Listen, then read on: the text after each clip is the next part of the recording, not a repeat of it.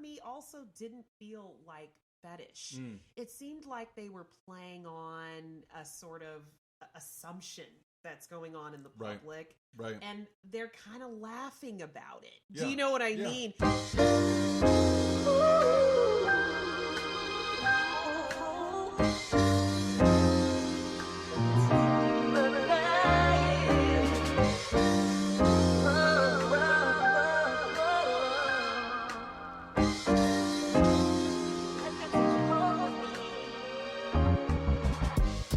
Hello and welcome to Do You See What I Mean, a podcast about film and its interaction with the culture. I'm Joe Cooper. I'm Mia Ward. And this week we are talking about the new Paul Thomas Anderson film, One Battle After Another. Mia, are you excited to review this film? I'm feeling okay about it. There's a lot there. We need to unpack that, I think. No, it's good. I'm excited. Yes, I'm excited. All right, let me give you the basics. One Battle After Another came out in late September in wide release. It's based off of a Thomas Pynchon novel, as are a lot of PTA's films. This one is called Vineland, and it's about 1980s, a hippie dad and a doctor. I'm sorry, hippie dad and the daughter, just like this film, but it's reminiscing about 60s politics. So today's film is the 2010s, looking back 15 years about the 2000s, so that's a little bit of a difference. Pynchon also wrote Gravity's Rainbow, about an American soldier working for British intelligence in 1944. PTA has, done a couple of his books, his films. It's 2 hours and 40 minutes, Mia, which we're going to talk about. It features Leonardo DiCaprio, Sean Penn, Chase Infinity, Tiana Taylor, Regina Hall, and Benicio del Toro in the titles. We've got Johnny Greenwood composing, who we know from Radiohead. On this nice tinkly piano. Yes. Colleen Atwood is the costume designer. I'm excited to ask you a lot about her. She is a legend. She did Beetlejuice, Beetlejuice 2, Fantastic Beasts, Sweeney Todd. I mean, she's big time. The DP is Michael Bauman, who did a lot of action stuff like Ford versus Ferrari, a lot of Radiohead videos. So that Radiohead crew is kind of following us here. Yeah, okay. It's got an enormous crew. Looking at that IMDb page, just huge. Yeah, good to have friends. Good to have friends. Good to have friends. The final budget is somewhere between 135 and 175 million, and as of last week, it was over $100 million at the box office. Already there's some Oscar buzz and speculation, but it has done really well, and it's been pretty widely received.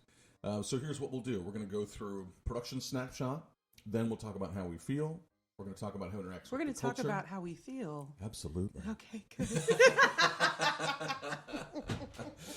Next, our fourth category is the director's chair, especially with auteurs like Paul Thomas Anderson. We're going to talk about him and what he's trying to do, and then we'll talk about parallels. What did this make you think of? What other films? What would be good companion films about all that? So, Mia, you've seen this twice. Second time was together, which was a lot of fun. Yes. Just give me your reactions, your thoughts about One Battle After Another. I enjoyed this movie. I feel like there's not a lot of fun movies to go see at the movie theater. And so when I went to go see it the first time, I was like, this is why I come to the movie theater. I want to have fun. Yep. I want to feel like the people making the movie were having fun. I want to push a few envelopes. Like, I don't go to the movie theaters because I'm interested in seeing something safe. When I'm paying, I want to be there, and I want something to push a little bit. And this hit all my buttons for that. Ooh, yeah. Talk about it. I mean, some buttons it does. Okay, my normal go-to film world is not necessarily this, but this hit my buttons. Yeah, this was fun. This was very fun. And what's your relationship with Paul Thomas Anderson? Are you a big fan of? We fucking. Let's say we've been fucking for a long. No, I'm kidding. I honestly am not.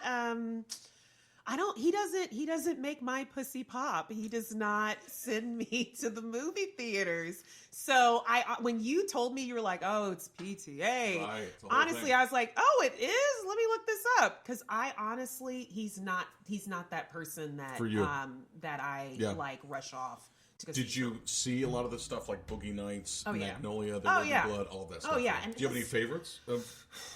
Okay, so I never like his whole movies, okay. but I enjoy little snippets and parts of his movies. Like I had the Magnolia soundtrack. I enjoyed that Oh my gosh, I soundtrack, remember right? that soundtrack. But I Yeah. also enjoyed Tom Cruise's performance, specifically when he's getting interviewed and embarrassed in his interview.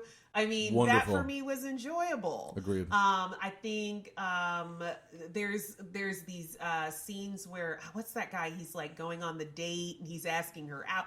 I like, oh my gosh! I Yeah. like little. John C. Reilly. Yes, there's certain aspects of his films I like. I did enjoy There Will Be Blood, but I don't like the whole movie. Sure. There's little snippets and clips that I'm like, I appreciate this performance art. Boogie Nights honestly doesn't do anything for me, but there's things I enjoy about parts and snippets of his films that I was like, okay. I think he draws characters and scenes and milieux and locales really sharply, and that illustration is really vivid, but I think we struggle to find not even a moral, but just a message or the emotion. I think I'm always sort of fascinated by the film more than I'm moved by them. Yeah, it's he does these weird character studies. Yeah. And I don't mind them, but these are not, most of the time it's people I'm really not that interested in. So when I say I like snippets, it's like when I find someone in his film that he did a kind of a character study around, I really do enjoy that. But he doesn't, make this pussy pop. That's right. Which, of course, if you've not seen the film, is what Teyana Taylor writes in a crucial scene, and it's just a fabulous kind of coup d'etat between the two. And we should talk about that between her character, a revolutionary, and Sean Penn, who we have not seen in a while. Right. Let's go to some of the performances. What did you think about the cast and the performances? Oh my God, I really appreciated them. Me too. Fully. Yeah. I mean, seriously, like we were just talking about this because I saw another movie and I'm like, look, you're going to shave your head. You better make sure you're shaving your head for a movie that's going to be really good. Yep. Like really, you know what I mean?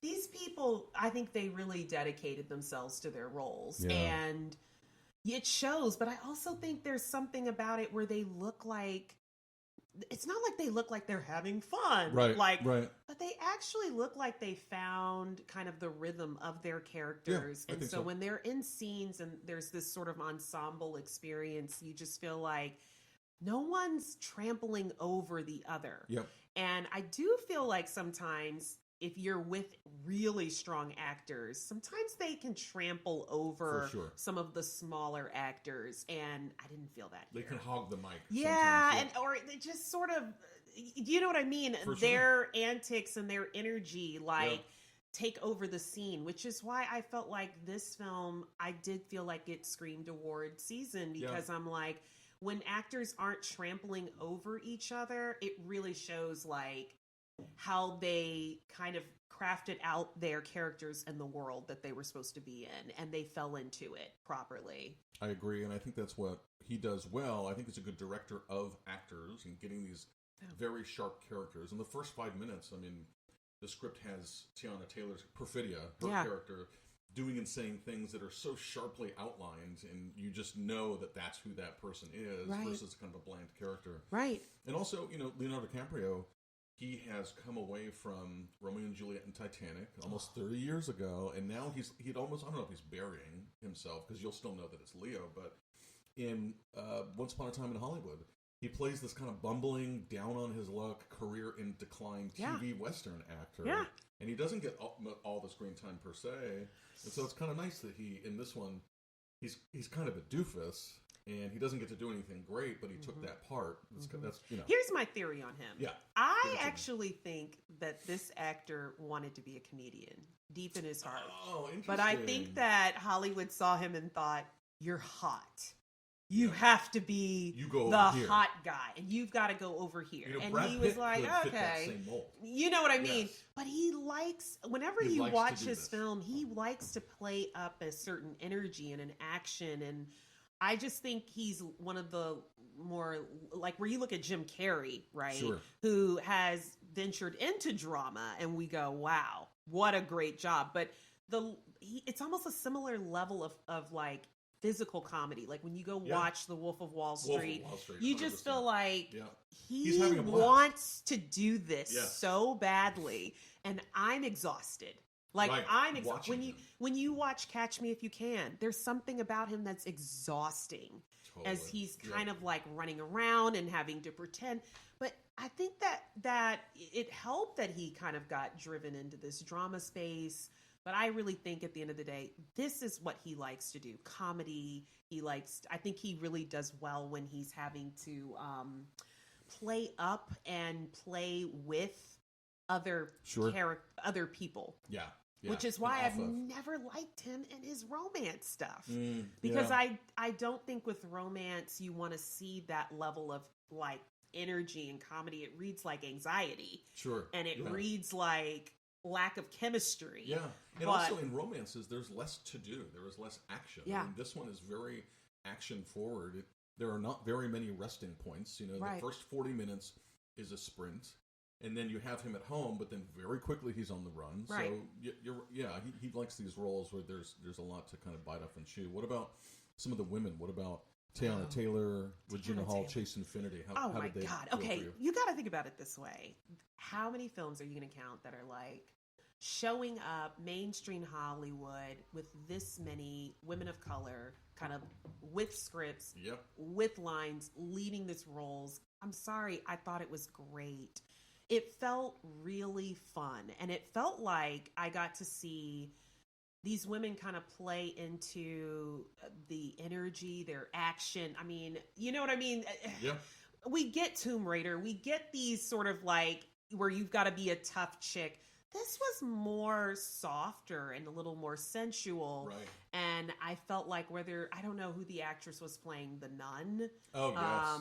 Like for me, I was like, most of the time when you see a lot of times with like Black actresses getting cast, they want them to play the senator. They want them to play the congressman. They have to play 100%. These authoritative 100%. Roles, but that's meant to hold back their emotions. It's meant to hold back any feeling. These women get to leak a little bit, and I liked their leaking, and I felt like it felt it felt more like real and enjoyable. Yeah, So I understand people's initial distraction to this film where it touches on some of these other topics, but I'm like, if you really just paid attention to the performances, there's no bad actors here. Yeah, agreed. Thank God Sean Penn did this film and not some weird Marvel comic villain. True. Because for me, that's a great point. He could have, but you don't think about it until you watch him here and you're like, wow, I really enjoyed how he leaned into this role. And this is interesting because I do feel like when I was a kid growing up, there would be roles like this where it could ruin an actor's career. For sure. Where they would never see another role. I think it was like a few actors who participated in they were in Roots. Yeah. They were playing the slave masters. Sure. That shit will ruin your career. Nobody will see you any differently. Which is partly why older actors take those risks later in their career. Yeah. So Sean Penn's in his 60s. Yeah. If you go back to think about leading men like William Holden, George C. Scott, Cary Grant never had the, cojones to do anything weird, but a lot of leading men, they get later in their career and they think, well, I already have this success. Right. It's not going to kill my career because I had it. And I think that's an excellent point. You say that, and I think Denzel Washington Training Day, right? For it's sure. like all of a sudden he's the bad guy. And not only do we all, the industry and the viewers, not only do we not chastise him, we give him an Oscar. We give him an Oscar for it. But can I tell you, he's doing the same role he's always done, which is play the moral authority in the film. Right. Only this time, no, he's wrong. He's wrong. How do you prove he's wrong? He's such a formidable, villain. And it's like, but you're right. He couldn't have done this in his early 30s. He would have ended up playing the drug dealer, corrupt cop in just about everything you watched, And so this was, I agree, Sean Penn he was fun. I thought he was really fun. And he's kind of right for this in some ways because I do feel like in the news he's such a humanitarian and he does so much. He's been in Haiti more than he's been on film sets. I mean, you get what I'm saying. Yeah. So sometimes you're kind of like, it's great. He's acting. Right. There's not a lot of actors you can. Yeah. So for listeners, if anyone hasn't seen it, he plays a military leader of a specialized elite unit who is tasked with enforcing immigration centers. We gonna call him Ice. 2000s. Let's just call Basically, him Ice. Ice. He's Ice. Well, and I remember, Mia, after we saw this, I shared with you that a lot of people are calling this film so prescient. And you said, but remember, kids were in cages back in 2016 during Trump 1.0. So yes, it's prescient in terms that that's how, those are things that are still happening, but this is also the real past. This is what was happening. You see families in fenced-in cages, and it's Sean Penn's job to enforce this. And so the Perfidia and her crew are creating these attacks on them, and then it becomes this tete-a-tete between these two. But I think, just like you said, Sean Penn, this is his best role in years and years. It's a very physical performance. It looks like he has verbal tics, and he walks like he's constipated, and he has this horrendous neo-Nazi haircuts. Turns out later that his severity gains the attention of what's essentially the Ku Klux Klan, or they call it the Christmas Adventurers, but it's this white supremacy organization. Called the White House. No, I'm joking. Yeah, right. And you have Tony Goldwyn in a great role. You have Jim Downey from SNL. And Tony Goldwyn, I mean, you put him in there, and that is funny. You've watched him for years in Scandal. So this was, once again, they kind of put people in there where you're like, there's an element of comedy to this, where it's supposed to go. But I also felt like there was an element of it that is slightly cautionary as well. For sure. So there was some elements where I remember there was a PBS documentary, okay? It was about the lunch counter crew, the 60s. Those people would get on the buses, they'd go down to the South, and they'd sit at the lunch counters, but they had to be trained. I mean, they're going to get beat up by citizens. They're about to be harassed. I mean, they're just going down there standing for constitutional rights. Anyways, this documentary was a look back on where are they now? Wow. And the guy who was kind of like walking through the story, he was a former, lunch counter protester, right?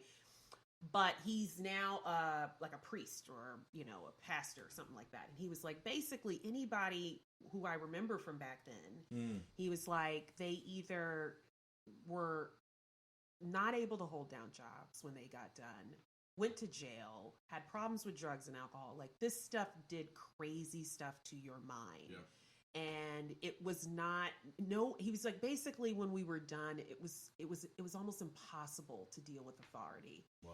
You just have this traumatic kind of experience. So as I was like watching, because you get two time periods. You get the period where they're doing all the violence, and then you get like 15 plus years later, and you see Leonardo DiCaprio sitting on the couch smoking a joint, and I'm like, this is pretty real for what it's like when you take such a like militant, rigid, hard, you know what I mean? Sure. And it is a very traumatic experience to just sort of like be on that front line. So I thought when I was watching it, I was kind of like, this is kind of how this goes. Yeah. Like you end up losing your mind a little bit. Yeah.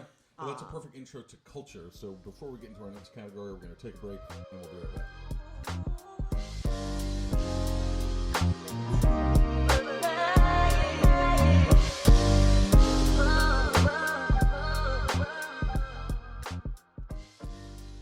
All right, welcome back to Do You See What I Mean? We are talking about one battle after another, and our next category is culture. So, Mia, just like the Pynchon novel and a lot of Paul Thomas Anderson's work, there's a lot going on, a lot of different ideas. This might be the most political of his films. So there's politics, there's current immigration policy, there's racial politics too, there's racial fetishization, there's fatherhood, there's biraciality.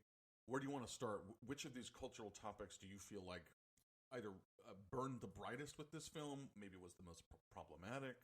Okay, I'm going to say it like this. I think most of those topics people can understand. Like, you're watching it, you culturally, you relate to what's going on. You get it. You see what's going on in the news.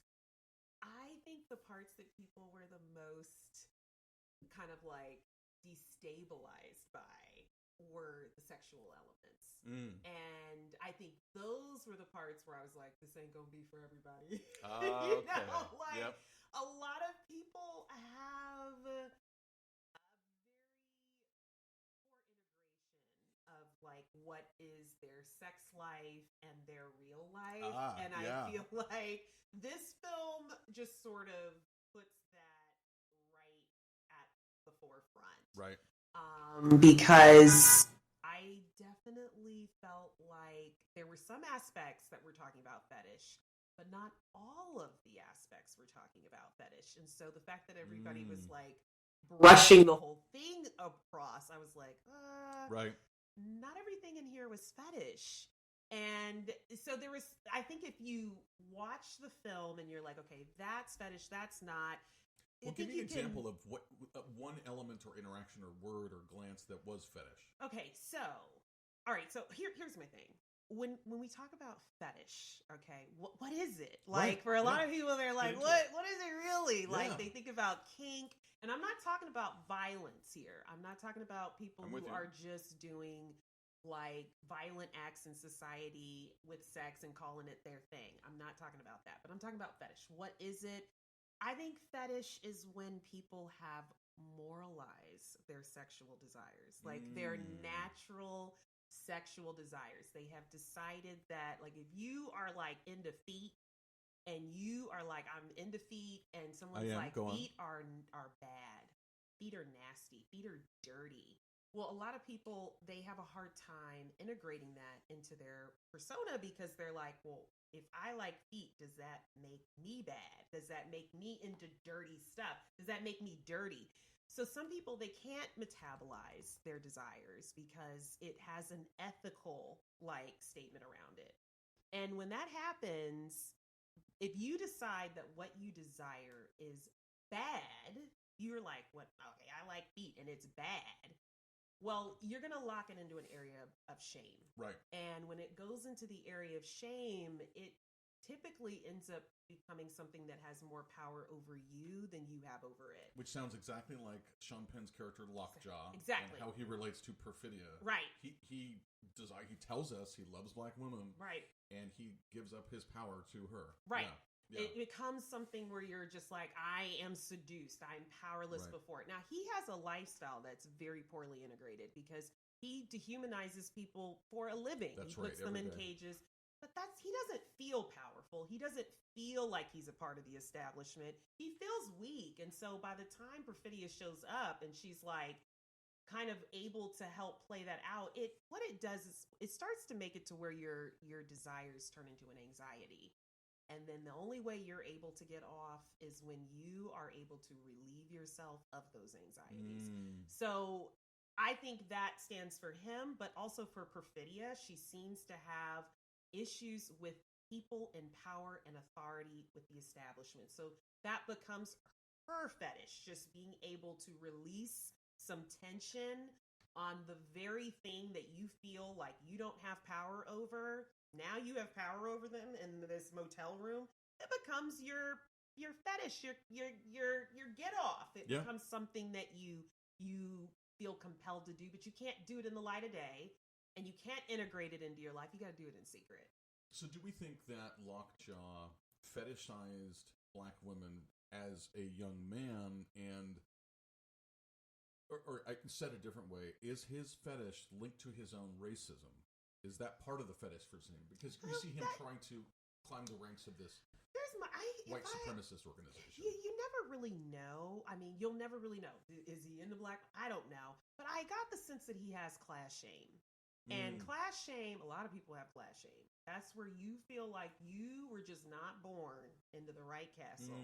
And everybody born in that castle has value, power, position, and power. You don't have that. You weren't born in that castle, so you feel beneath them. So the Christmas Club is a very big deal for him.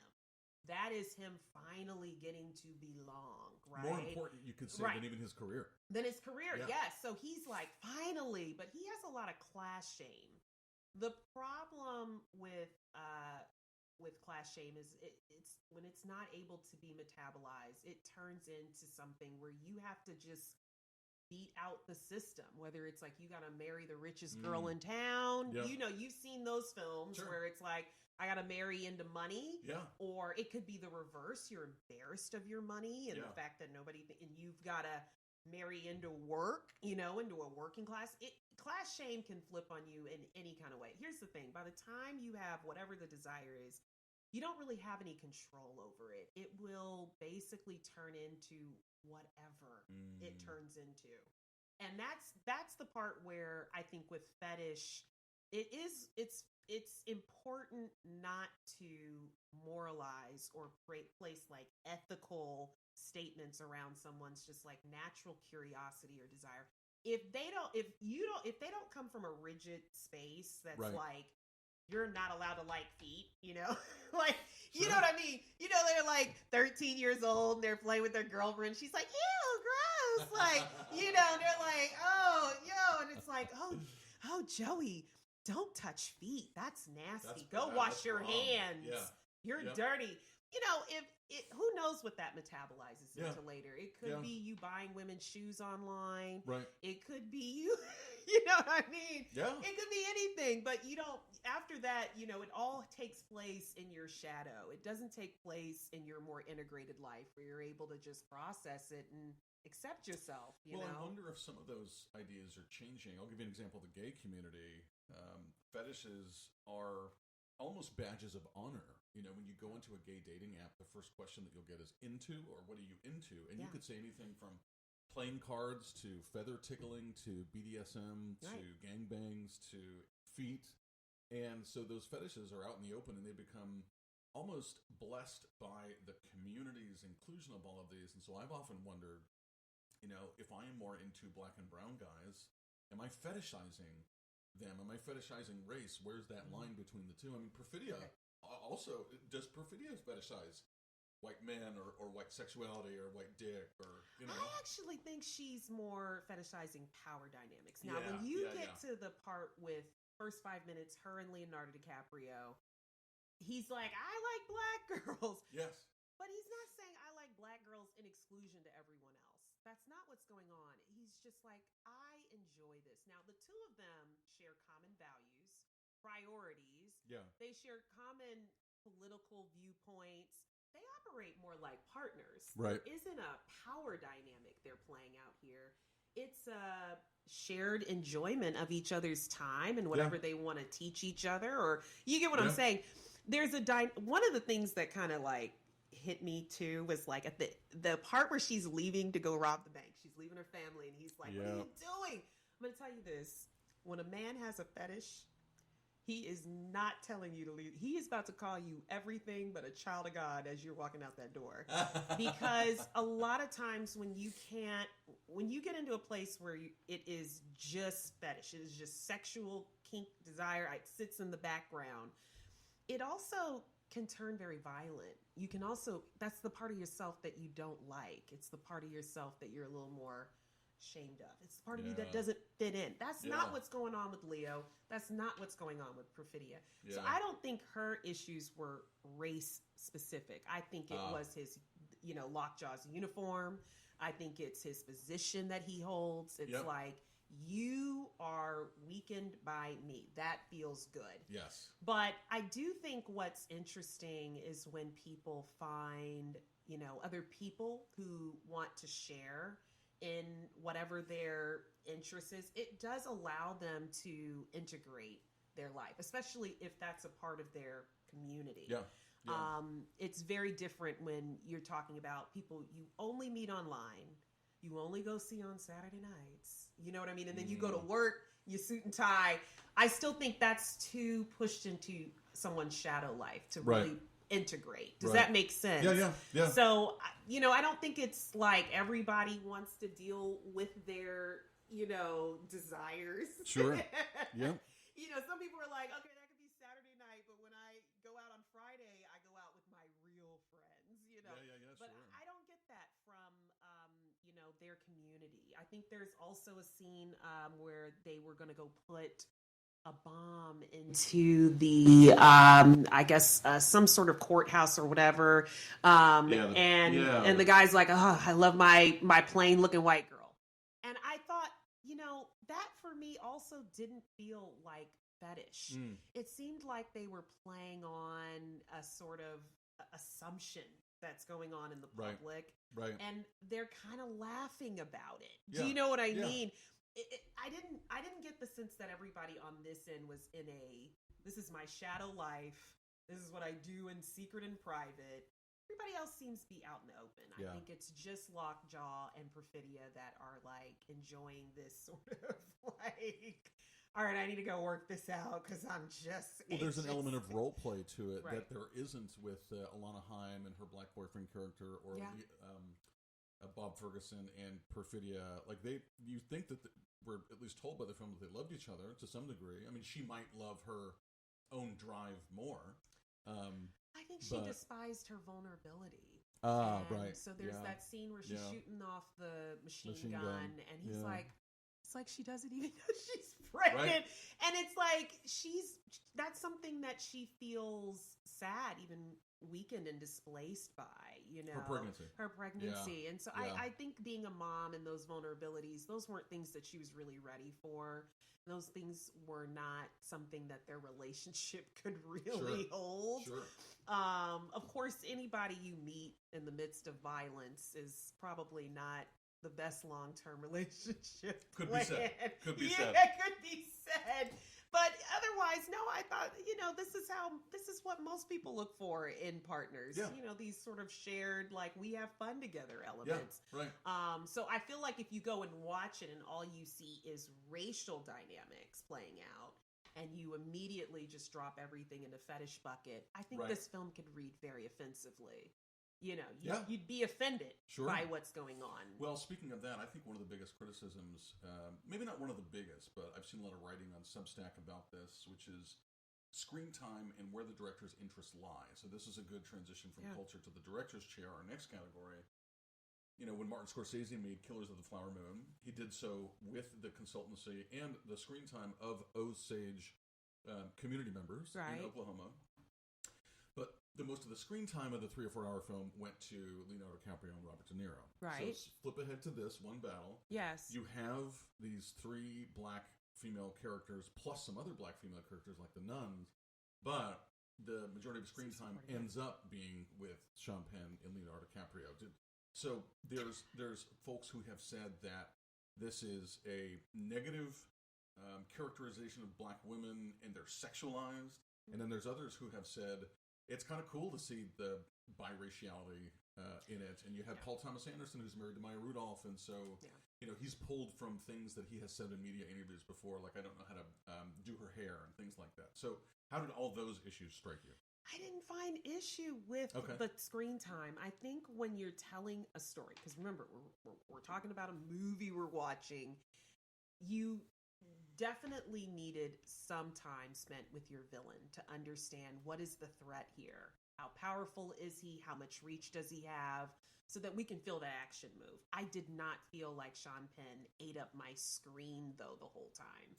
Leonardo DiCaprio, to me, is sort of a thread that you do need to tell a story like this. It does have a pretty wide canvas, and there are a lot of supporting characters. Some of them you just mostly recognize, we don't really recall their names. And Leonardo DiCaprio works as a very good thread through this.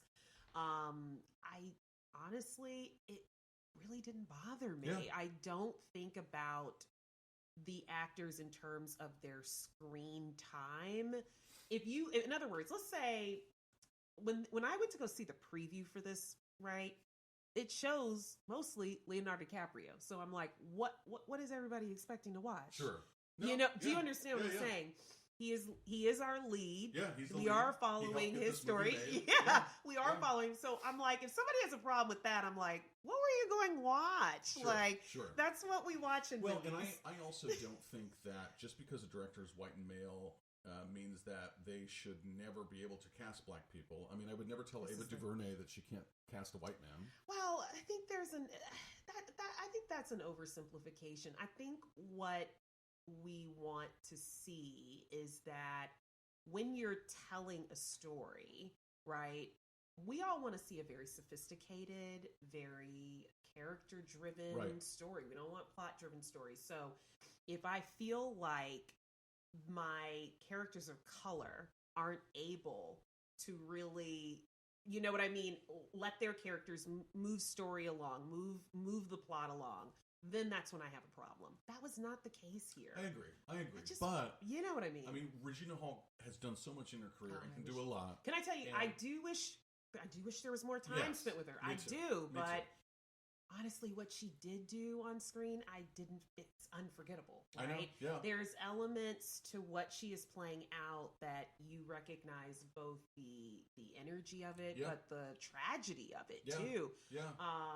And I didn't feel like, think about the amount of time she was on screen, but think about how much weight and emotional gravity her character packs in. Same with Teyana Taylor, same with Chase Infinity. Yeah, it's like, at the end of the day, though, if you just got stuck with Leonardo DiCaprio, it's too campy. Yeah.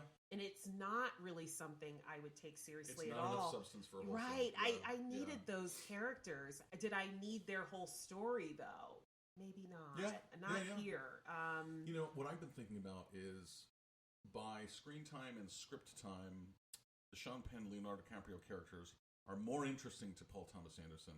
And I'll give you an example. I'll give you, and this is a perfect transition to the director's chair.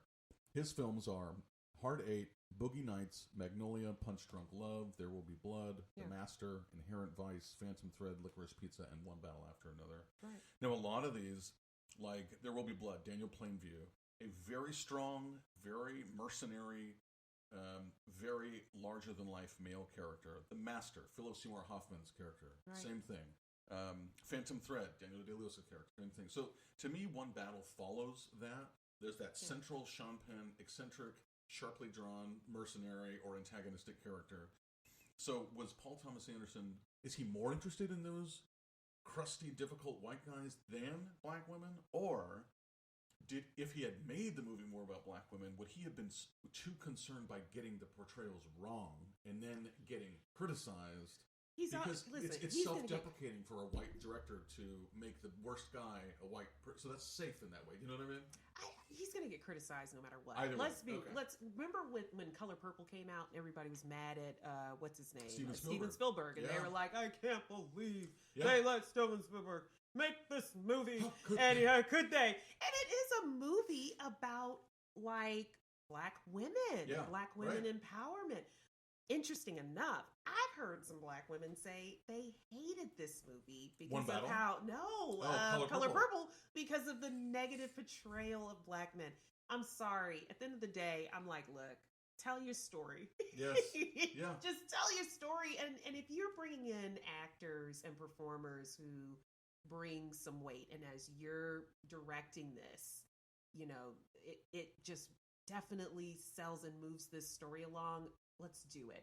When you think about, by the end of the year, if we have to go sit down and run some like AI system that goes, give me all of the top 20 films of this year, right, and give me all the ones that had leading black characters, you're not going to find a lot. And I honestly think at the end of the day, we always, when there's not a lot, you want to see a certain portrayal. But I actually just want to see real people. I want to see complexity.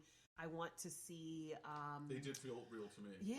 I'd rather leave asking questions and challenge to think about more than not have it at all. And so I was all for it. I also felt like I didn't feel like their scenes were in other words, it's one thing to do screen time. Like I remember reading some interview about Indiana Jones, what's his name? Harrison Ford. And he demands a certain number of lines every movie, right? Because he's trying to be the star? He's just like, I want screen time. If you're going to get my name and I'm going to get paid, I want enough lines in this film, right? But at the end of the day, to me, it's not about the number of lines. It's like, do you have scenes that really hit us to our core? What do you do with the time that you're given? And in my opinion, there's some aspects where, yes, Leonardo DiCaprio is in the scene, but it's not really about him. Right. It's not really him that I'm paying attention to. Yeah. There's a scene where he's taken by the police to the hospital. Yeah. Who are you paying attention to? You're paying attention to the nurse, the lawyers, the like, other people. Sir, do you have diabetes? Yes, you're paying attention. I think that's the same thing I saw in Killers of the Flower Moon. I remember people were mad about this movie because they were like, I hate that they were trying to make it sympathetic. And I'm like, he's an actor. His job is to play his role like a human being who has conflict, does the wrong thing sometimes, does the right thing sometimes. He acted. What are you mad about? Yeah. What are we mad about? So I honestly, even when you see him running through the town, running from building to building, you're not actually paying attention to Leonardo DiCaprio. You're paying attention to the sanctuary city. Yeah. Its layout, the store, the kid who's supposed to be watching the front. It's not, to me, that's more of like, it's like they're missing the art. You know what I mean? Yeah. You know what I mean? What you're following. I do wonder if somebody else could have played that part, and the film, whether or not it would have been as box office successful, might have been just as strong if you had a Sam Rockwell, or if you had a who else? You know, someone like even like a Andrew Garfield, or who's the young kid? No, he couldn't do it. The Dune guy, Marty Supreme. I can't think of his name. Call me by your name. He's played Bob Dylan. Oh yeah. I know what you're talking about. Yes. Or Matt Damon. Could Matt Damon have done something like that? No, Matt Damon can't do this. Sorry, I'm so sorry, Matt Damon, but he can't do this. And Matt Damon does do a certain type of work, but it's not this. It's not this comedic. But and he did I The also Informant feel like with Steven Soderbergh, and he's done some comedic stuff. He was comedic in Ocean's 13. Okay, I also feel like when you're doing a film that's experimental in a way, like this film, it's not the mainstream plot that we see run, right? It's true, yeah. You need an actor who does have a portfolio that allows people to make those leaps into this world. So I do think the fact that Leonardo DiCaprio has played some very interesting characters, whether you're talking about Django, or you're talking about him in Wolf of Wall Street, or you're talking about him in Killers of Flower Moon, I feel like he actually has a portfolio that makes you go, okay, let's talk about this. You throw Matt Damon into this, and I'm kind of like, I honestly think you would have seen, I would have been more on that side of going like, wow, they showed so much of him, and I didn't get anybody else. Yeah. I think Leonardo DiCaprio knows how to kind of weave into these more morally complex storylines, and that's kind of what he's been after as an adult, you know. Well, this was a perfect follow-up to Once Upon a Time in Hollywood, because he plays a frustrated, unsuccessful performer in that one. Yeah. You mentioned a Scorsese film and a Tarantino film. One of my biggest thoughts from this is that it felt very Tarantino. Oh, yeah. I mean, if you go back to the bank heist and you have the black revolutionary saying, "I'm jungle pussy," that felt straight out of Tarantino. Okay. That was my least favorite scene. Okay. Least favorite scene. I mean, the dialogue, the lines. Yeah. Yep. Honestly, to me, if I had to say what was like tanking for a moment, it was that. Got it.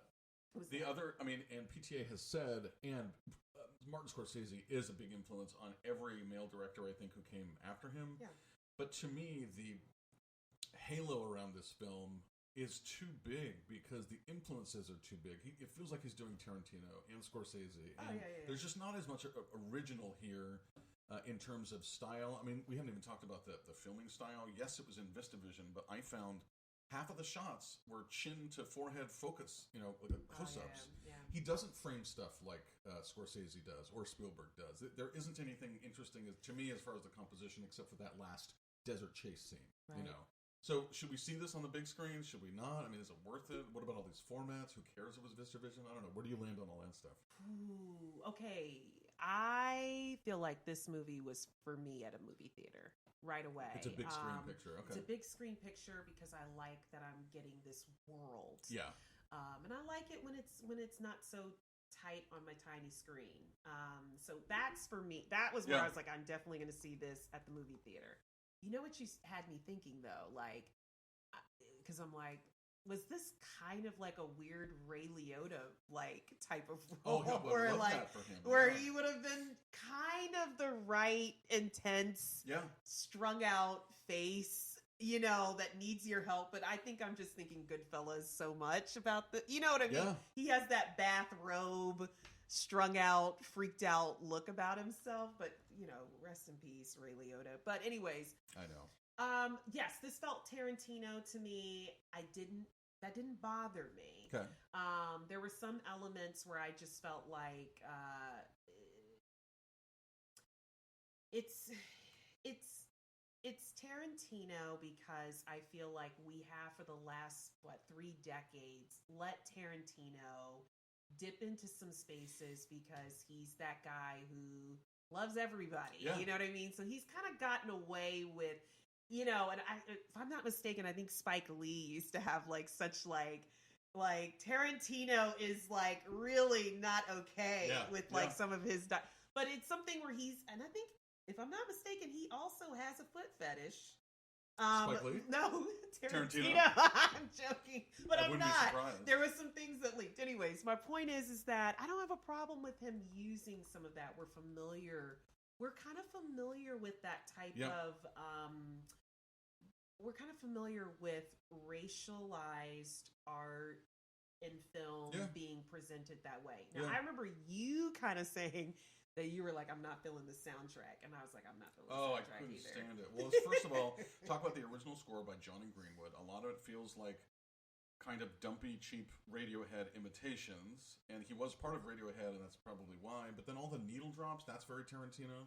You know, Tarantino has done 9 films, and on only one has he worked with a composer, the great Ennio Morricone, for The Hateful Eight. That, to me, shows why that's not pure cinema. Hitchcock used to say that pure cinema is the sound and the pictures. Yes. And I've heard people loving the needle drops in One Battle After Another, and they're just, I mean, at the end, they play American Girl by Tom Petty. Oh, yeah. To me, can I be honest? It just, for something so original, just didn't feel original. 100%. I thought there was plenty of room to have a little more fun. Yep. I think the music just felt safe. Yeah. And it didn't feel experimental at all. It just didn't elevate it, and the score is plinking piano. It's like a cat walking across it and these dumb drums. I mean, there's some jazz that's okay, but... There's these scenes where they're driving through the desert, and I think the music made it more annoying. Agreed. Than I thought. Agreed. It made it like, oh my God, like thrill. But like I said, it felt like it was safe moves to deal with a slightly like kind of button pushing type of film, you know? Yeah. He has said, as far as influences, that Running on Empty from 1988 was one, Midnight Run, The French Connection, you can kind of see, and then The Battle of Algiers was an inspiration, and that's, of course, the film that Bob Ferguson is watching when he's high on the couch, which I'm just very over. I don't need a reference to a movie within a movie. I mean, I get it. You have a new vampire movie and they're watching like the old Dracula. I get it, but I just don't think that that's needed or original. It's just a very filmmaker type thing. Right. You know? Where do you think this fits in his filmography? Sure, it's the latest. No, I'm sorry. You know, like I said, he's I mean, not... I think it's one of his better ones. You know? Honestly, for me, I don't have any of his movies that I'm listing as my favorite. Yeah, good and point. This one, I really enjoyed this year. I mean, you brought up like, well, did you like this one better or worse than Sinners? And I'm like, Sinners to me is the best movie this year. Me too. But 100%. this one, I was like, oh, finally something I enjoy going to the theater to watch. And I think it's because of how I like to process film. You were talking about the shots. I like those like micro expressional moments. I like depth. I like, you know what I mean? I like this sort of fetish philosophy like fed into the script. I like this kind of stuff.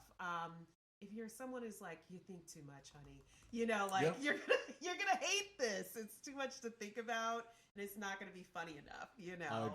I agree. So, I mean, you heard it here. We think it's one of his best. We think that it's a little bit overrated, but there's a lot to see, and do try to see it on the big screen if you can. So, next week, Mia, tell our listeners what we're going to be reviewing. And here's when you can say, Lynn Ramsey's Dynamite.